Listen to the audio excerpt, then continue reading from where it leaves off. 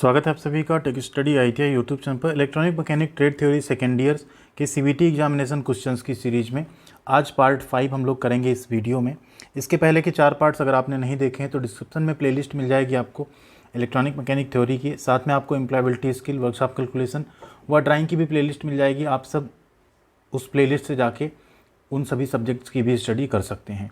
ये प्रश्न स्पेशली आपके ITI ऑनलाइन जो परीक्षा होती है उसके लिए हम यहाँ पे प्रिपेयर कर रहे हैं पार्ट वाइज, एंड 20 पार्ट में आपका पूरा इलेक्ट्रॉनिक मैकेनिक सेकेंड ईयर हम यहाँ पे कंप्लीट करवाने वाले हैं। तो वीडियो को पूरा देखिएगा एंड चैनल पे नए तो प्लीज़ सब्सक्राइब करके इस तरीके से बेल आइकन को भी दबा लीजिएगा, जिससे आपको ITI की पढ़ाई के साथ साथ जॉब व अप्रेंटिसशिप की भी रेगुलर वीडियोज़ यहाँ पे मिलती रहें। साथ में आप सभी तरह के अपडेट व PDF के लिए हमारे टेलीग्राम चैनल पर जुड़ सकते हैं। टेक स्टडी ITI नेम से चैनल है, आप सर्च करके या डिस्क्रिप्शन के लिंक से वहाँ पे जुड़ सकते हैं। वीडियो के लास्ट में हर एक पार्ट की तरह आपके लिए एक बोनस क्वेश्चन होगा जो कि प्रीवियस पार्ट से हम आपके लिए रखते हैं। उसका आंसर आप सभी को कमेंट बॉक्स में करना है, तो जिसका भी आंसर सही होगा उस पर हम लाइक और रिप्लाई भी ज़रूर करेंगे, तो आप लोग उसका आंसर ज़रूर कीजिएगा। यहाँ पे स्टार्ट करते हैं क्वेश्चन 101 से। इसके पहले 100 क्वेश्चन हो चुके हैं यहाँ पे पार्ट 4 तक में।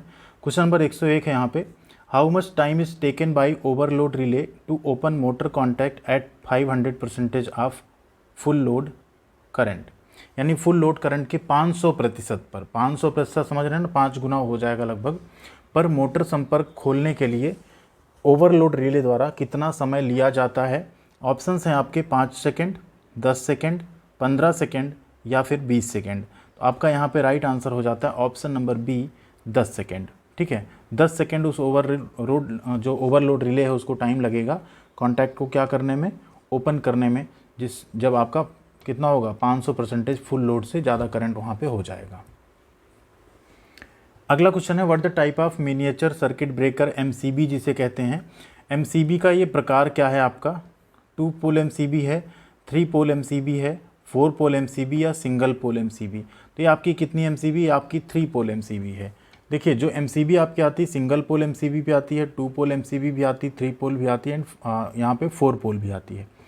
अब इनके बारे में थोड़ा जान लेते हैं, क्योंकि सिर्फ यहाँ पे हमारा पर्पज़ ये नहीं कि आप सिर्फ ऑब्जेक्टिव टाइप के जो क्वेश्चंस उनके आंसर्स यहाँ से लेके जाएं, आप साथ में नॉलेज भी लेके जाएं। ये हमारा पर्पज़ होता है हर एक वीडियो का, जिससे आप सिर्फ रट के ना जाएं एग्ज़ाम में, समझ के जाएं एंड आने वाले एग्ज़ाम में भी आप अच्छा कर पाएँ, जो कि ITI के अलावा कोई एग्ज़ाम हो।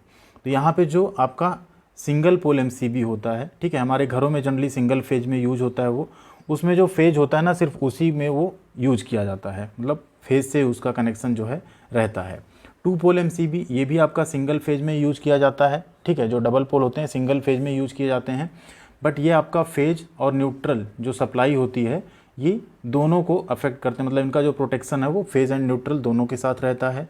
3 पोल में आपको पता ना RYB, ये 3 फेज में कनेक्ट होता है एंड RYB तीनों में इसका प्रोटेक्शन रहता है। एंड 4 पोल MCB जो होती है उसमें RYB के साथ साथ यहाँ पे न्यूट्रल जो होता है वो भी इससे अफेक्ट होता है, इस MCB से। ठीक है, तो यही यहाँ पे आपका डिफरेंस है single, double, 3 and 4 pole MCBs में।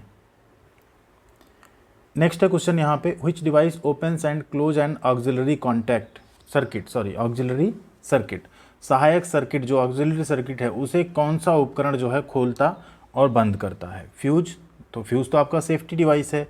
रिले, स्टार्टर या सर्किट ब्रेकर, तो इसे हम लोग कहते हैं रिले। खोलेगा और बंद करेगा कौन करेगा, वो रिले। ऑप्शन नंबर बी यहाँ पे आपका राइट आंसर हो जाएगा, रिले। नेक्स्ट है यहाँ पे, what the current rating of copper colour fuse cartridge. जो आपका कार्ट्रिज टाइप फ्यूज होता है ना, उसमें अगर कॉपर कलर है, कॉपर यानी तांबे के कलर का है, तो उसकी करंट रेटिंग क्या होगी, 25 एम्पियर, 35 एम्पियर, 50 एम्पियर या 63 एम्पियर। तो कॉपर कलर की होती है 63 एम्पियर। सारे कलर का आप याद कर लीजिए, पिंक 2 एम्पियर, ब्राउन 4 एम्पियर, पिछले पार्ट में था भी, ग्रीन का 6 एम्पियर, रेड का 10 ampere, grey 16 ampere, blue 20 ampere, yellow 25 ampere, black 35, white 50 and copper 63 ampere. ये आपके कलर कोड के हिसाब से कार्ट्रिज फ्यूज की करंट रेटिंग होती है। अगला क्वेश्चन है, which function is performed by the isolator in an electrical circuit. एक इलेक्ट्रिकल सर्किट में जो आइसोलेटर है ये एक तरह की स्विच ही होती है। आइसोलेटर द्वारा कौन सा कार्य किया जाता है, एज अ फ्यूज, उसको एज ए फ्यूज यूज़ करते हैं, नहीं कर सकते। As a switch, overloaded cut off या अर्थ लीकेज कट ऑफ। तो राइट आंसर है उसे हम यूज़ करते हैं कैसे, एज ए स्विच यूज़ करते हैं आइसोलेटर को हम लोग, किस में, इलेक्ट्रिकल सर्किट में। कई बार आपने देखा होगा आइसोलेटर को एज ए स्विच यूज़ किया जाता है मोटर वगैरह को स्टार्ट करने में। ठीक है, इस तरह से होता है आपका। अगला क्वेश्चन है which condition the MCB is breaking upon the electrical open of the electrical circuit. MCB किस स्थिति में विद्युत परिपथ को क्या करता है, ओपन कर देता है इलेक्ट्रिक सर्किट को। एमसीबी का क्या नाम है, मिनिएचर सर्किट ब्रेकर। ठीक है, वो कब ब्रेक करेगा सर्किट को, कब ओपन करेगा, जब शॉर्ट सर्किट होता है। क्या होता है, जब शॉर्ट सर्किट होता है तो क्या करता है, इलेक्ट्रिकल सर्किट जो होता है उसे ब्रेक कर देता है, ओपन कर देता है। ठीक है, अगला क्वेश्चन है 107 number, what the trip for clearing short circuits in MCB combination circuit breaker. MCB combination circuit breaker में शॉर्ट सर्किट दूर करने के लिए ट्रिप क्या है। तो ट्रिप क्या सेट रहती है, ट्रिप कितनी होती है, कितनी मिली सेकेंड की, तो आपका होती है यहाँ पे 3 मिली सेकेंड। ऑप्शन नंबर बी आपका यहाँ पे राइट आंसर हो जाएगा, कितना, 3 मिली सेकेंड। मतलब सेकेंड से भी कितनी छोटी यूनिट यहाँ पे ली जा रही है। ठीक है, उस ट्रिप करने के लिए, शॉर्ट सर्किट दूर करने के लिए जो ट्रिप होगी वो 3 मिली सेकेंड के अंदर वो क्या कर देगा, ट्रिप कर देगा। अगला क्वेश्चन है 108 नंबर यहाँ पे, what the cause of motor starts with chattering noise. Chattering noise के साथ, मतलब चैटर टाइप की नॉइज आएगी, उसके साथ मोटर के शुरू होने का क्या कारण है। अगर मोटर वैसे स्टार्ट हो रहा है चैटरिंग नॉइज के साथ तो उसका रीज़न क्या है, high voltage, no volt coil burn, यानी कोई जो नो बोल्ट कॉइल है, एनवी कॉइल जिसे बोलते हैं, वो क्या हुई, जल गई है। Control circuit of relay open, relay का जो कंट्रोल सर्किट है खुला है। या ऑप्शन नंबर डी है, dust between the contacts in electromagnet, जो आपका इलेक्ट्रोमैग्नेट है उनके कॉन्टैक्ट्स के बीच में क्या है, डस्ट यानी कि धूल है। तो यही एक रीज़न आपका बनता है यहाँ पे चैटरिंग नॉइज के साथ मोटर के शुरू होने का। जैसे मोटर शुरू होगी थोड़े एक चैटरिंग टाइप का आपको साउंड सुनाई देगा, ठीक है, एंड फिर आपकी मोटर स्टार्ट होगी नॉर्मल। तो उसका मतलब हम समझ जाएंगे क्या है, जो इलेक्ट्रोमैग्नेट्स हैं उनके बीच में डस्ट है उसे हमें क्लीन करना होगा। क्वेश्चन नंबर 109 है, which formula is use to find the fusing factor. Fusing factor को फाइंड करने के लिए, खोजने के लिए फार्मूला क्या है। पिछले पार्ट में जब आपका आया था एचआरसी फ्यूज का और रिवायरेबल फ्यूज का जो कैपेसिटी होता है, ठीक है, तो फैक्टर जो होता है, हाँ, फ्यूजिंग फैक्टर, उस टाइम पे हमने आपको फार्मूला बताया था कि फ्यूजिंग का जो फार्मूला होता है फ्यूजिंग फैक्टर का होता है, fusing factor is equal to minimum fusing current upon rated current. ठीक है, अगर इसे हम एफ लिखें तो एफ इज इक्वल टू होता है एफसी यानी फ्यूजिंग करंट अपान आरसी रेटेड करंट। यही आपका फार्मूला होता है। तो ऑप्शन नंबर ए आपका यहाँ पे राइट आंसर हो जाएगा। क्वेश्चन है, what the cause of humming noise. Humming, ठीक है, नॉइज फ्रॉम द स्टार्टर, अगर स्टार्टर से हमिंग टाइप का नॉइज या साउंड आ रहा है तो उसका कारण क्या होगा।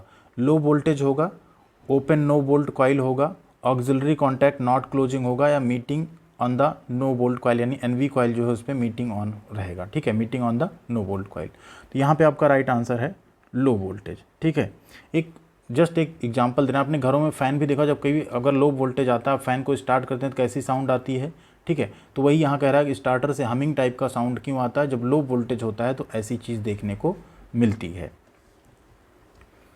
अगला क्वेश्चन है 111 number, what the factor for time taken a fuse to interrupt the circuit in the event of fault. Fuse का काम क्या होता है, जब कोई फॉल्ट हो तो सर्किट को क्या करता है, वो खुद पिघल के सर्किट को ब्रेक कर देता है, लेकिन वही जो उसे फ्यूज होने में टाइम लगता है, जैसे करंट ज़्यादा मान लीजिए ओवरलोड हुआ है, शॉर्ट सर्किट हुआ, तो क्या होता है, हायर करंट जब पास हो रहा है लोड की वजह से, तो क्या होता है, फ्यूज में जब हायर करंट जाता है उसकी जितनी करंट रेटिंग होती है उससे ज़्यादा जैसे जाता है वो मेल्ट हो जाता है हीट की वजह से। उसको लगने में जो टाइम लगता है, उतना होने में जो टाइम लगता है, उसे क्या कहते हैं, power factor, fusing factor, cut off factor या पैरेललिंग फैक्टर, उसी को हम लोग कहते हैं कट ऑफ फैक्टर। फ्यूज का कट ऑफ फैक्टर कितना है, मतलब कितना टाइम लेगा सर्किट को ब्रेक करने में अगर फॉल्ट आता है उस केस में। अब मान लीजिए फॉल्ट आया और आधा घंटा लग रहा है उसको ब्रेक होने में, तो ऐसे फ्यूज फिर बेकार हैं, सारी चीज़ें फेल हो जाए तो फ्यूज फेल होने का मतलब क्या बना। ठीक है, cut off factor right answer हो जाएगा। 112 नंबर क्वेश्चन है, what the cause of failure of contactor due to much heating of the no volt coil, NV coil. ध्यान दीजिए, फिर से वही क्वेश्चन आया है, what the cause of failure of contactor, contactor के फेल्योर नो बोल्ट कॉइल के बहुत अधिक गर्म होने के कारण जो कॉन्ट्रैक्टर फेल होता है उसका कारण क्या है। लो वोल्टेज है, हायर इनकमिंग सप्लाई है, control circuit of relay open है, या open in no volt coil circuit है। तो यहाँ ध्यान दीजिए, अगर आपकी इनकमिंग सप्लाई क्या होगी, यहाँ पे हायर होगी, तो जो आपका यहाँ पे no volt coil too much heat होगा एंड कॉन्ट्रैक्टर आपका क्या हो जाएगा, उस केस में फेल हो सकता है। ठीक है, तो राइट आंसर आपका क्या हो गया, option number B, higher incoming supply. Incoming supply क्या है, बहुत ज़्यादा है। अच्छा, नो वोल्ट कॉइल क्या होती है, आप सबने नाम सुना होगा। नो वोल्ट कॉइल ऐसी एक कॉइल होती है जो क्या करती है, जो मशीन या मोटर जो भी है उसे क्या करती है, बंद कर देती है। अगर एक फेज जो है ख़त्म मतलब लॉस्ट हो जाए, ठीक है, तो उसे प्रिवेंट करती, डैमेज मशीन को प्रिवेंट कर लेती डैमेज से, क्या करके, वो मशीन को बंद करके, ठीक है, in case of phase lost या कोई चीज़ हो गया तो। अगला क्वेश्चन है 113 number, why the AC relay connected to DC supply draw more current. काफ़ी इंपॉर्टेंट क्वेश्चन ये भी है कि डीसी आपूर्ति से जुड़ा एसी रिले अधिक करंट क्यों खींचेगा। देखिए, जो एसी रिले आपका होगा, अगर उसे हम क्या करें, एसी रिले को किससे जोड़ दें, डीसी सप्लाई से, तो ज़्यादा करंट खींचता है। रीज़न ये है कि जो आपका डीसी करंट होता है ना, उसमें कोई इंडक्टिव रिएक्टेंस नहीं होता है। क्या होता है, एब्सेंस ऑफ इंडक्टिव रिएक्टेंस। क्योंकि उसमें कोई इंडक्टिव रिएक्टेंस नहीं होता है तो ये आपका क्या करेगा, ज़्यादा करंट खींचेगा। अगर आप इसे डीसी से जोड़ देते हैं उस केस में, एंड ज़्यादा करंट खींचते हुए फिर क्या होगा, ऑब्वियस सी बात है, हीट भी होगा, फिर वो फेल भी हो सकता है। ठीक,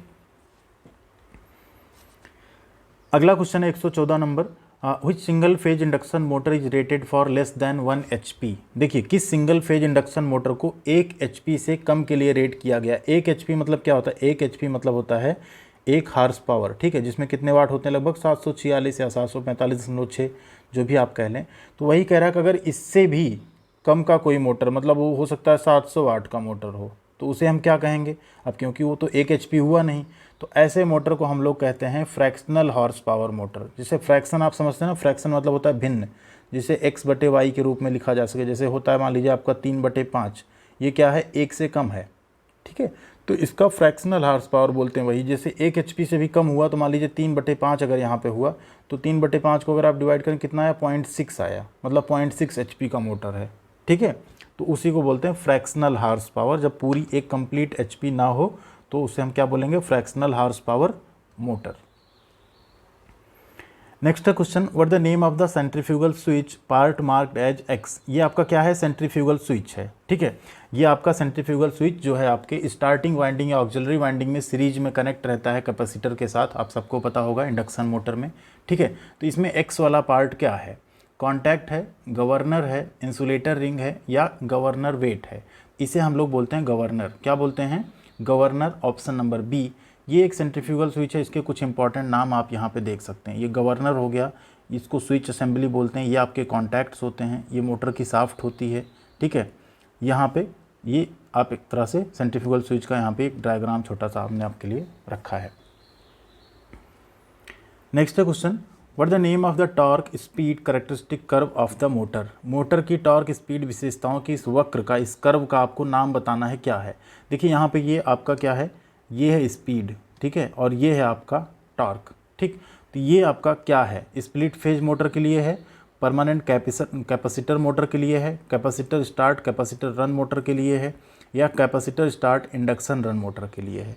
तो ये आपका जो कैरेक्टरिस्टिक कर्व है, ये है आपका कैपेसिटर स्प्लिट फेज मोटर के लिए। किसके लिए है, स्प्लिट फेज मोटर के लिए है। कुछ इस तरह से होता है, ठीक है। इसमें जो दिखाया गया ये है सिर्फ मेन वाइंडिंग का आपका एक ग्राफ प्लॉट हुआ है यहाँ पे। ये इस मेन प्लस ऑक्सिलरी जो स्टार्टिंग वाइंडिंग होती है, दोनों का यहाँ पे दिखाया गया है। अगला क्वेश्चन है, how many watts is equal to 1 horse power 1 HP, यानी 1 हार्स पावर के बराबर कितने वाट होते हैं। तो अभी पीछे बात हुई थी, कितने होते हैं, 746 वाट। ये कई बार ना आपसे एक बार और ये पूछा जाता है, यूरोपियन में, मतलब ब्रिटिश जो हार्स पावर होती है उसमें जनरली 735.5 होते हैं, तो कई बार आता है, बट यहाँ पे अभी नहीं आया हुआ है, तो यहाँ पे आप क्या लगाएंगे, 746 वाट। नेक्स्ट है 118 number question, which type off switch is used in the capacitor start induction run motor. Capacitor start induction run motor में किस प्रकार के स्विच का उपयोग किया जाता है, SPST स्विच का, रोटरी स्विच का, सेंट्रीफ्यूगल स्विच का, या पुश बटन स्विच का। तो capacitor start induction run motor में हम लोग यूज़ करते हैं सेंट्रीफ्यूगल स्विच का। किसका यूज़ करते हैं, सेंट्रीफ्यूगल स्विच का। कुछ इस तरह से आप यहाँ पे देख सकते हैं, ये है आपकी क्या, सेंट्रीफ्यूगल स्विच यहाँ पे ये लगी हुई है। S जो है आपका क्या है, सेंट्रीफ्यूगल स्विच है। C आपका क्या है, कैपेसिटर है। ये आपकी ऑक्सिलरी या स्टार्टिंग वाइंडिंग, ये मेन वाइंडिंग है, ये आपका रोटर है, एंड यहाँ पे आप सप्लाई दे रहे हैं, ठीक है। तो यही है आपका सेंट्रीफ्यूगल स्विच, जिसका काम क्या होता है सेंट्रीफ्यूगल स्विच का, आप लोग कमेंट सेक्शन में एक बार बताइएगा, ठीक है। स्टार्टिंग वाइंडिंग को क्या करता है, अलग कर देता है एक सर्टेन स्पीड अचीव होने के बाद, ठीक है। तो इसे हम क्या कह रहे हैं यहाँ पे, सेंट्रीफ्यूगल स्विच।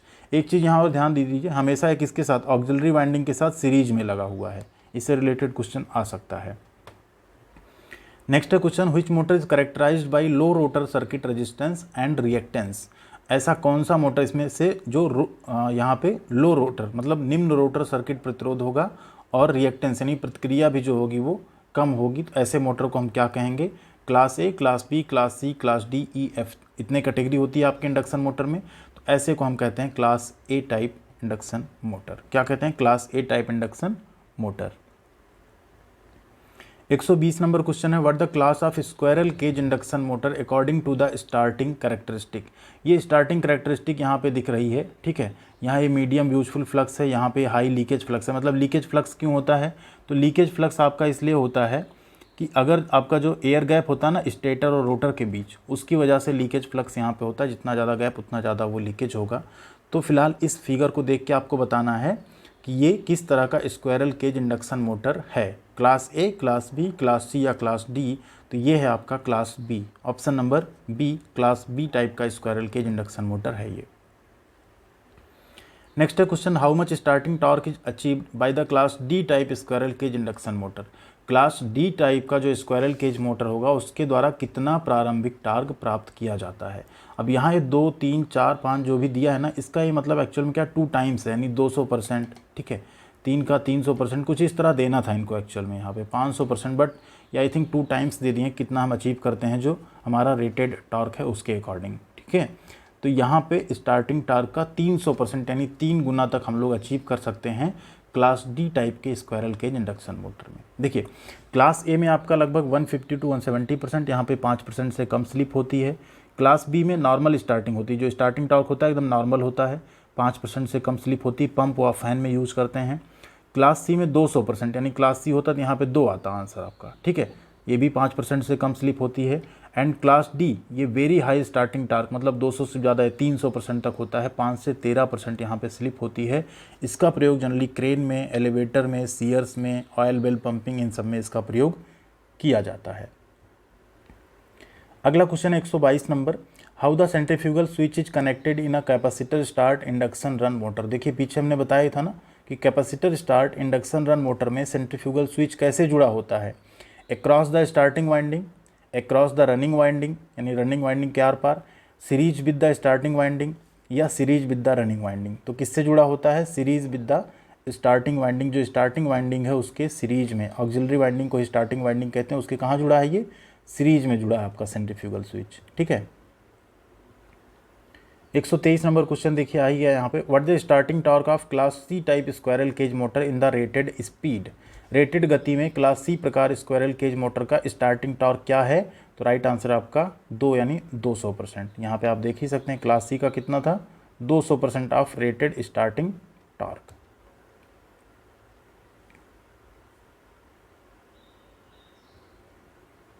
क्वेश्चन नंबर 124 है, what the purpose of capacitor used in the single phase motor. एक सिंगल फेज मोटर में उपयोग किए जाने वाले कैपेसिटर का उद्देश्य क्या होता है? To split current, to split voltage, to split phase, to split resistance. देखिए सिंगल फेज जो मोटर होता है उसमें कैपेसिटर का काम ही यही होता है फेज को स्प्लिट करना, तभी वो फंक्शन ही करता है, ठीक है। फेज को विभाजित करने के लिए उसमें कैपेसिटर को लगाया जाता है। किसमें? सिंगल फेज मोटर में। आप सब ने आपके घरों में फ़ैन देखा होगा ना, उसमें भी कैपेसिटर लगता है ना, उसका भी काम यहाँ पे होता है वही, ठीक है। तो स्प्लिट फेज यानी फेज को विभाजित करने के लिए हम क्या लगाते हैं? कैपेसिटर। किसमें? सिंगल फेज मोटर्स में। 125 नंबर क्वेश्चन है, which induction motor is preferred for constant speed with high efficiency performance. High efficiency यानी उच्च दक्षता प्रदर्शन के साथ निरंतर गति के लिए कौन सी इंडक्शन मोटर पसंद की जाती है सबसे ज़्यादा? स्लिप रिंग आईएम मतलब है induction motor, split phase IM यानी इंडक्शन मोटर, सैडेड पोल या स्क्वायरल केज। तो सबसे ज़्यादा पसंद की जाती है आपकी स्क्वायरल केज इंडक्शन मोटर। ये हो गया आपका यहाँ पे राइट आंसर 125 का। ये टोटल 125 क्वेश्चन थे आज आपके पार्ट 5 में। 126 से लेके 150 तक के क्वेश्चंस हम लोग पार्ट 6 में करेंगे। प्लीज़ चैनल पे नए हैं तो सब्सक्राइब अभी भी नहीं किया है तो कर लीजिएगा। आपको इसी तरह से आईटी के अदर जो ट्रेड्स हैं उनकी भी थ्योरी की क्लासेस जल्दी ही आपकी लगने वाली हैं।